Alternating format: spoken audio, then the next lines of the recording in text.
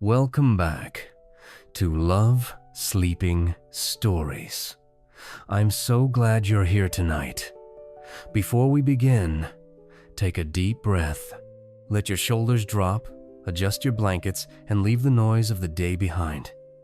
Tonight, we're going on a journey together. Let the world fade away, and let's get started. Chapter 1: The Blue Mist of Whispering Cliffs. The fog didn't just roll into Whispering Cliffs, it crawled. It arrived like a living thing, heavy and saturated with a scent of salt, wet stone, and something ancient, something that felt like a secret kept for too many centuries. Isabella pulled her cashmere shawl tighter around her shoulders as she stood on the terrace of the Sea-Glass Manor. Below her, the Atlantic Ocean was a churning cauldron of indigo and silver. It was the 14th of February, but there were no red roses here, no paper hearts, only the raw, beautiful violence of the Scottish coast. She had been hired as the private archivist for the Blackwood estate, tasked with organizing a library that hadn't been touched since the Victorian era. But as the days passed, Isabella realized she wasn't just organizing books, she was unraveling a ghost story. Step, step, step. She heard the sound of leather boots on the stone terrace behind her. She didn't turn around. She didn't have to. The air around her suddenly dropped several degrees, and a scent sharp, cold, like a winter forest after a lightning strike filled her senses. "The sea is restless tonight, Isabella," a voice murmured. It was a voice that sounded like crushed velvet and deep cello notes. It was Alaric Blackwood. Chapter 2: The Man Made of Moonlight. Isabella finally turned. Alaric stood in the shadow of the stone archway. He was breathtaking in a way that felt predatory. His hair was the color of a raven's wing, falling over a forehead as pale as fine porcelain. But it was his eyes that caught the breath in her throat. They were a piercing, crystalline blue, so light they were almost silver. He wore a tailored black coat that seemed to swallow the little light left in the sky. He moved toward her with a grace that was too fluid, too silent to be entirely human. "You aren't wearing a coat," Isabella said, her voice trembling slightly, not from the cold, but from the magnetic pull he exerted on the space between them. "It's below freezing, Alaric." A small, enigmatic smile tugged at the corner of his lips. He stepped closer, entering her personal space. The cold radiating from him was intense, yet it didn't make her want to run. It made her want to lean in. "I have forgotten what it feels like to be cold," he said, his gaze dropping to her lips for a fraction of a second. "Or perhaps I have simply become the winter itself." He reached out an elegant, long-fingered hand. He didn't touch her face, but he tucked a stray lock of her dark hair behind her ear. His skin brushed against the shell of her ear for a fleeting moment. It was electric. Isabella gasped. His touch was like a shard of ice, yet it ignited a trail of liquid fire down her neck. She felt a primal, Twilight-esque jolt, a warning and a beckoning all at once. Chapter 3: The Library of Forbidden Echoes. "Come," Alaric whispered, offering his arm. "The library is warmed by the fire, and I believe I have found something that belongs to you." They walked through the grand halls of the manor, where the only light came from flickering candles in silver sconces. The shadows on the walls seemed to dance as they passed. Isabella felt the weight of his arm under hers, solid, unyielding, and impossibly strong. The library was a cathedral of wood and paper. Thousands of books rose toward a vaulted ceiling. A massive fireplace roared in the center, but the heat seemed to stop a few feet away from Alaric, as if even the flames were intimidated by his presence. He led her to a small table where an old, leather-bound journal lay open. Beside it sat a single, preserved white rose. It looked fresh, but when Isabella leaned in, she realized it was covered in a thin, shimmering layer of frost that didn't melt. "This journal belonged to the man who built this house," Alaric said, standing so close behind her that she could feel the stillness of his breath. "He wrote of a woman with eyes like yours, a woman who would come to the cliffs when the moon was full on the night of St. Valentine." Isabella felt a shiver run down her spine. That was over 100 years ago.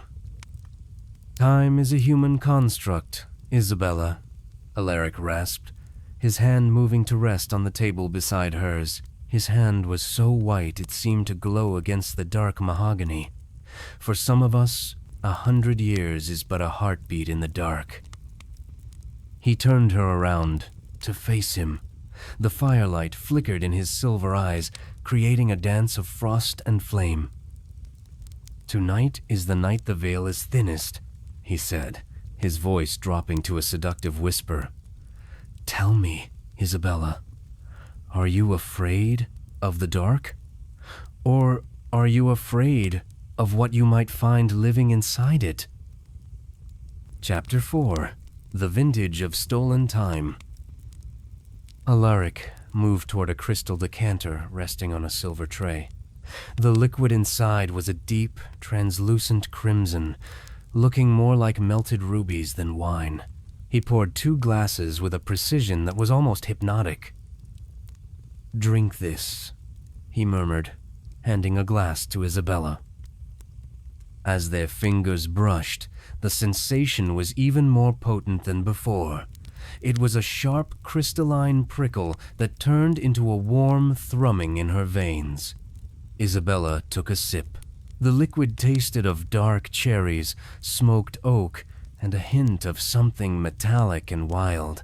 It was heavy, coating her throat like liquid velvet, making her head spin with a sudden, delicious lightheadedness.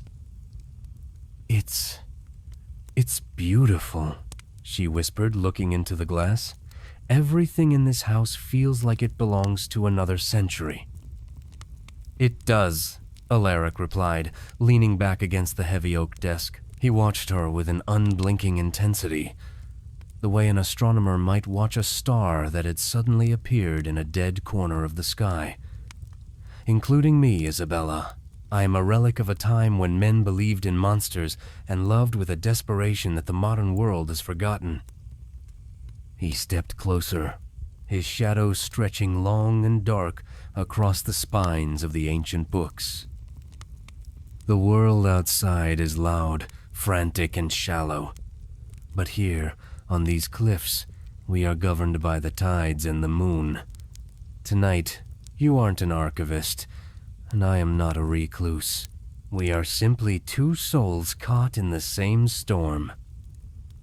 He reached out and took the glass from her hand, setting it down without ever breaking eye contact. His hand then moved to her waist, pulling her an inch closer. She could feel the coldness of his body through her clothes, a stark contrast to the heat of the fire behind her. It was a sensory paradox that made her breath hitch. Chapter 5. The Waltz of the Fallen Stars. "There is no music," Isabella whispered, her heart racing so loudly she was sure he could hear it. "Listen closer," Alaric rasped. He leaned down, his lips brushing the sensitive skin of her temple. Isabella closed her eyes and, for the first time, she truly heard it. The house was singing, the wind whistling through the stone turrets, the rhythmic thumping of the waves below, the crackle of the cedar logs in the hearth. It all synced into a slow, haunting melody. He placed his hand in hers. His palm was smooth, firm, and as cool as polished stone. He began to move, leading her into a slow, swaying dance. Every movement was a revelation. Alaric didn't just dance. He controlled the very space they occupied. He spun her slowly, his hand never leaving her waist, his touch protective yet possessive. Isabella felt as though she were floating, detached from the floor, detached from reality. "You are so warm," he murmured into her hair, his voice sounding pained. "Your heart, it beats with such terrifying speed, like a bird trying to escape its cage." "It's not trying to escape," Isabella breathed, daring to look up at him. They stopped in the center of the library, the firelight casting long, flickering amber glows over them. Alaric's face was inches from hers. Up close, his beauty was overwhelming. The curve of his jaw, the slight parting of his dusty rose lips, the way his silver eyes seemed to reflect 1,000 years of starlight. "Isabella," he whispered, her name sounding like a prayer and a curse all at once. "If you knew the hunger I feel just standing this close to you, if you knew how much I want to keep you here, in this frozen moment, forever, you would run out into the snow and never look back." "Then why don't you let me go?"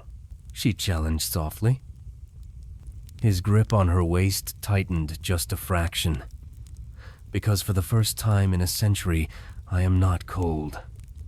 Your light, it reaches places I thought were dead." Chapter 6. The Secret Beneath the Stone. The intimacy of the moment was broken by a sudden, sharp crack. It wasn't the fire. It came from the corner of the library, near the heavy velvet curtains. A hidden latch, perhaps triggered by the weight of Alaric's hand on the mahogany desk, had clicked open. A section of the bookshelf slid back with a low, grinding sound, revealing a narrow stone staircase that descended into the darkness. A draft of damp, salty air rushed up, extinguishing several candles. Alaric's expression shifted instantly. The romantic softness vanished, replaced by a sharp, lethal alertness. He stepped in front of Isabella, shielding her with his body. "Stay behind me," he commanded, his voice no longer a whisper, but a cold, iron authority. "What is it?" Isabella asked, clutching his arm. "The reason I never sleep, Isabella," he replied, his eyes fixed on the black void of the staircase. "There are parts of this house that even the light refuses to touch, and tonight, of all nights, they are waking up." He reached for a silver candlestick, the flame dancing wildly in the draft. "Stay close.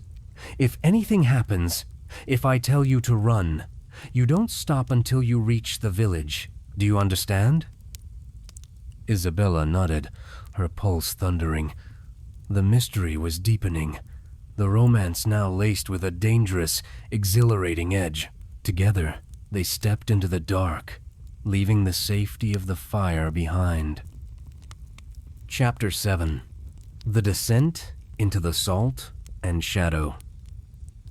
The air grew colder as they descended, a damp, heavy chill that seemed to cling to Isabella's skin like wet silk. The staircase was narrow, carved directly into the living rock of the cliff. Alaric led the way, his movements so steady and silent that he seemed to float down the jagged steps. Isabella kept one hand on the rough stone wall and the other tightly gripped on the back of Alaric's coat. The fabric was cold, but the man beneath it felt like a pillar of solid marble. "Alaric, where does this lead?"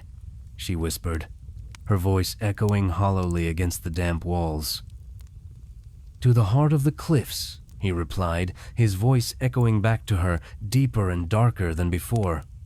"To the place where the sea meets the silence." They reached the bottom, and the space opened up into a vast, natural grotto. It was breathtaking. Huge quartz crystals grew from the ceiling, reflecting the lone candle's flame like 1,000 captured stars. Below them, a dark, turquoise pool of seawater surged and retreated with the tide, breathing like a giant beast. But it wasn't just the beauty that caught Isabella's breath. It was the altar. In the center of the cave stood a stone table covered in hundreds of guttering candles, their wax dripping like frozen tears, and behind it a portrait. Isabella gasped, her knees turning to water. It was a painting of her. Not someone who looked like her, but her. The same curve of the jaw, the same light in the eyes, wearing a dress from a century ago. "You've been waiting for me," she breathed, turning to him. "Not just for an archivist, for me." Chapter 8. The Crashing Tide. Alaric turned to her, his face half hidden in the flickering shadows. The crystalline blue of his eyes had darkened to the color of the deep ocean. "I have spent a lifetime memorizing every line of that face," he confessed, stepping closer until she was pressed between his cold strength and the stone altar. "I have sat in this darkness, listening to the waves, imagining the sound of your laughter. Every Valentine's night for 100 years. I came here to mourn a woman I hadn't even met yet." He reached out, his hand trembling, a rare sign of emotion from a man so controlled. He cupped her cheek, his thumb brushing over her lower lip. His touch was like ice, but the look in his eyes was a scorching, unspoken hunger. "And now you are here," he rasped. "Warm, alive, real." Before Isabella could respond, a thunderous roar shook the cave. A massive wave, larger than the rest, slammed into the outer rocks, sending a spray of freezing water through the cavern's mouth. The ground beneath them groaned. A jagged crack appeared in the ceiling, and heavy shards of stone began to rain down. "Watch out," Isabella cried. In a blur of motion too fast for the human eye to follow, Alaric moved. He didn't just grab her, he shielded her. He spun her around, pinning her body beneath his against the sturdy stone altar. Isabella heard the terrifying thud of a large rock striking Alaric's back, but he didn't even flinch. He stood like an unbreakable statue, his arms locked around her, his body an impenetrable fortress. Chapter 9. The Fragility of Life. The echoes of the rockfall died down, replaced by the hissing of the retreating tide. Silence returned to the grotto, heavier than before. Isabella looked up at him, her heart thundering against his chest. She could smell the rain on his coat and the scent of the dark sea. He was looking down at her, his face inches away, his expression a mix of raw protectiveness and agonizing restraint. "Are you hurt?" she whispered, her hands frantically searching his shoulders and back. "That stone. It was huge, Alaric." "I am fine, Isabella," he said, his voice straining. "I told you, I am not made of the same fragile things as you." He let out a low, shaky breath, and for the first time, he let his forehead rest against hers. The contact was electric, the cold of his skin meeting the feverish heat of hers. "You, however," he murmured, his eyes closing, "are so incredibly delicate. A single stone could end you. A single mistake could take you from me before I've even had the chance to love you." "Then don't make mistakes," Isabella whispered, her hand sliding up into his cool dark hair, "and don't wait another 100 years. Alaric let out a sound halfway between a growl and a sigh. The restraint he had practiced for a century finally snapped. He tilted his head, his lips hovering just a hair's breadth from hers. "If I kiss you, Isabella," he warned, his voice a dark velvet promise, "there is no going back. You will be bound to this house, to these cliffs, and to a man who can never give you the sun. Do you understand what you are choosing?" Isabella didn't answer with words.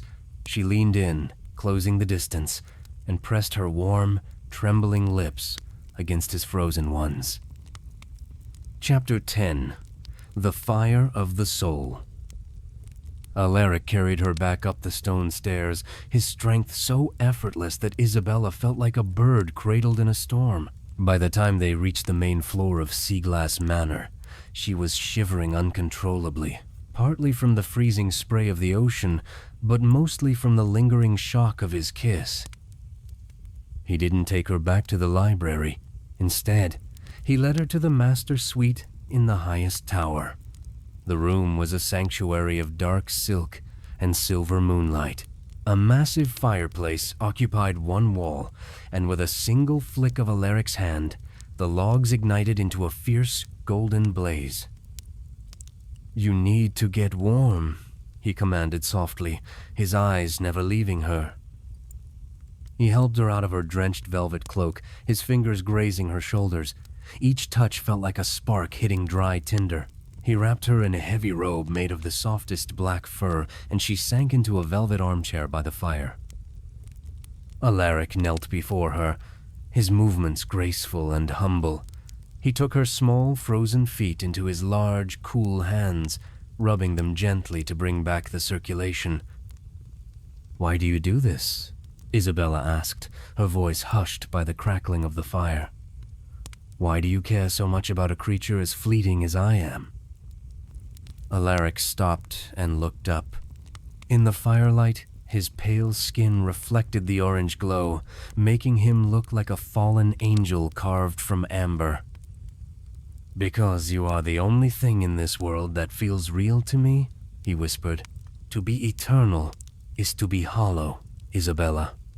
I have lived through empires and wars, through centuries of silence, but until I saw you standing on those cliffs, I was just a ghost haunting my own life." Chapter 11. The Alabaster Secret.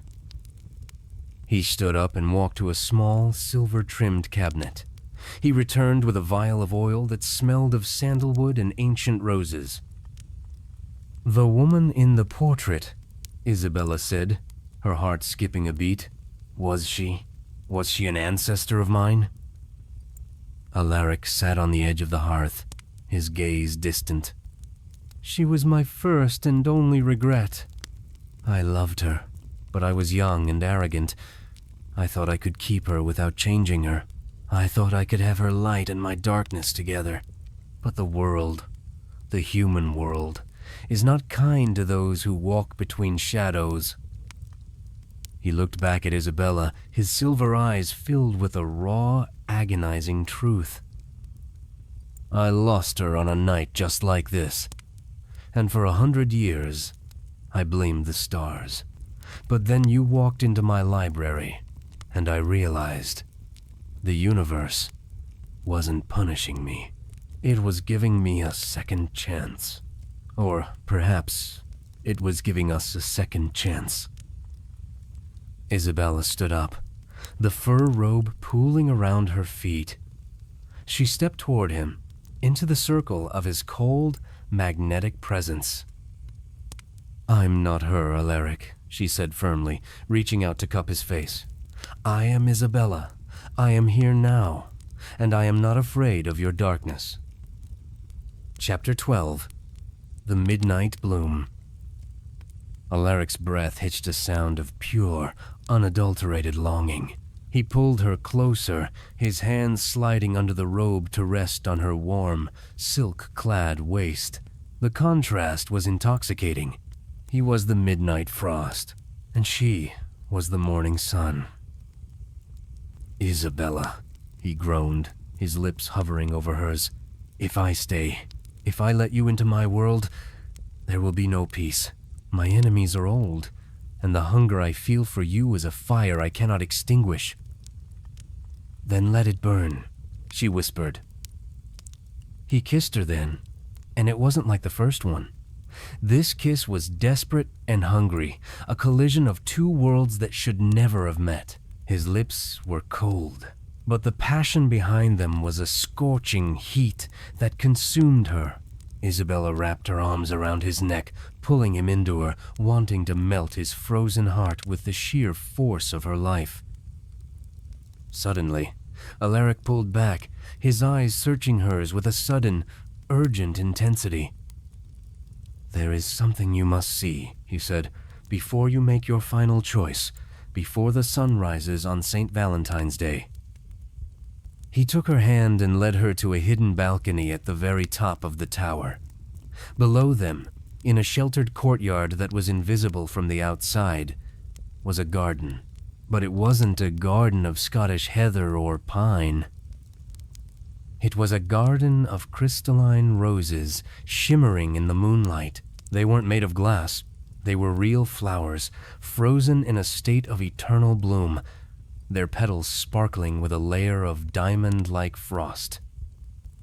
"They only bloom when the heart of the manor is full," Alaric whispered, standing behind her and wrapping his arms around her waist. "They haven't bloomed in a century, Isabella. Until tonight." Chapter 13. The Weight of Eternity. Standing in the frost-bloomed garden, Isabella felt the world outside the manor dissolve. There was no village, no past life, no ticking clock. There was only the scent of frozen roses and the steady, protective weight of Alaric's presence behind her. "They are beautiful," she whispered, her fingers hovering over a petal that shimmered like a fallen star. "But they are frozen. Is that what life is with you, Alaric? A beautiful, unchanging moment?" Alaric turned her to face him. The moon was beginning its slow descent, and the sky was turning a bruised, deep purple. "I cannot offer you the life of a common man," he said, his voice raw with an honesty that was more intimate than any touch. "I cannot offer you children who grow old, or a house filled with the mundane noise of a human life. I can only offer you the stars. I can offer you every sunrise for 1,000 years, and a love that will never, ever fade." He knelt before her on the stone tiles of the balcony, taking her hands in his. "But I know the cost, Isabella. To stay with me is to step out of the light of the sun and into the shadow of the moon. It is a sacrifice I have no right to ask for." Isabella looked down at him. This powerful, immortal being was at her feet, offering her a choice that defied every law of nature. She felt a surge of warmth in her chest that had nothing to do with the fire in the room behind them. It was the warmth of a soul that had finally found its mirror. "You aren't asking me to leave the light," she said, her voice clear and strong. "You are asking me to become the light in your darkness, and I think I've been waiting for this invitation my entire life." Chapter 14. The Midnight Vow. He stood up, his eyes wide with a mixture of shock and adoration. He pulled her into a deep, desperate embrace, hiding his face in the crook of her neck. Isabella felt the coldness of his skin begin to change. It didn't become warm, but it felt softer, more alive, as if her own vitality was bleeding into him. They returned to the warmth of the master suite. The fire had settled into a steady, crimson glow. Alaric led her to the massive bed, draped in black silk and silver embroidery. He sat beside her, his hand tracing the line of her jaw with agonizing slowness. "Then tonight," he whispered, "we make a vow, not to a church and not to a law, but to the cliffs and the sea." He leaned in, and this time, the kiss was slow, lingering, and filled with a sacred kind of heat. It was the hot romance of 1,000 dreams, the feeling of being completely seen, completely wanted, and completely safe. Isabella let her robes slip from her shoulders, trusting him with a vulnerability she had never shown anyone. As they lay together in the flickering firelight, The boundaries between them blurred. His cool touch soothed the fever of her skin, and her warmth seemed to give him a peace he hadn't known in centuries. It was a Valentine's night that belonged to the legends. Chapter 15. The Dawn of a New Valentine. The first gray light of February 14th began to creep over the horizon. Isabella woke to the sound of the ocean, feeling the soft silk against her skin. Alaric was standing by the window, his silhouette dark against the pale morning sky. She felt a moment of panic. Would he vanish with the sun? "Alaric?" she called out softly. He turned, and a smile, a real, genuine smile, lit up his face. He walked back to her and sat on the edge of the bed. The sun hit his skin, but he didn't burn. He simply looked more radiant, his pale features catching the light like a diamond. "The sun has risen," he said, leaning down to kiss her forehead. "And I am still here, and you are still mine." He reached for a small velvet box on the nightstand. Inside was a ring carved from the same black stone as the cliffs, set with a single brilliant sea-glass diamond. "Happy Valentine's Day, Isabella, to our first of many." Chapter 16. The Epilogue. The Echo of the Sea. Years would pass in the village below, and stories would be told about the woman who went to the Sea-Glass Manor and never returned. Some would say she was lost to the cliffs. Others would whisper that she became the Queen of the Shadows. But in the manor at the edge of the world, Isabella was never lost. On every Valentine's night, if you stand on the beach and look up at the highest tower, you can see two shadows dancing against the glass. You can hear the faint, melodic sound of a laughter that never grows old. For in the arms of the man who touched like ice and loved like fire, Isabella had found the one thing the world could never give her. A love that was truly, beautifully, eternally still. Now, let the sound of the waves take you. Let the image of the frost roses fill your mind. You are safe. You are loved. And like the heart of the manor, your soul is at peace. Sleep now. Sleep in the shadow of the cliffs.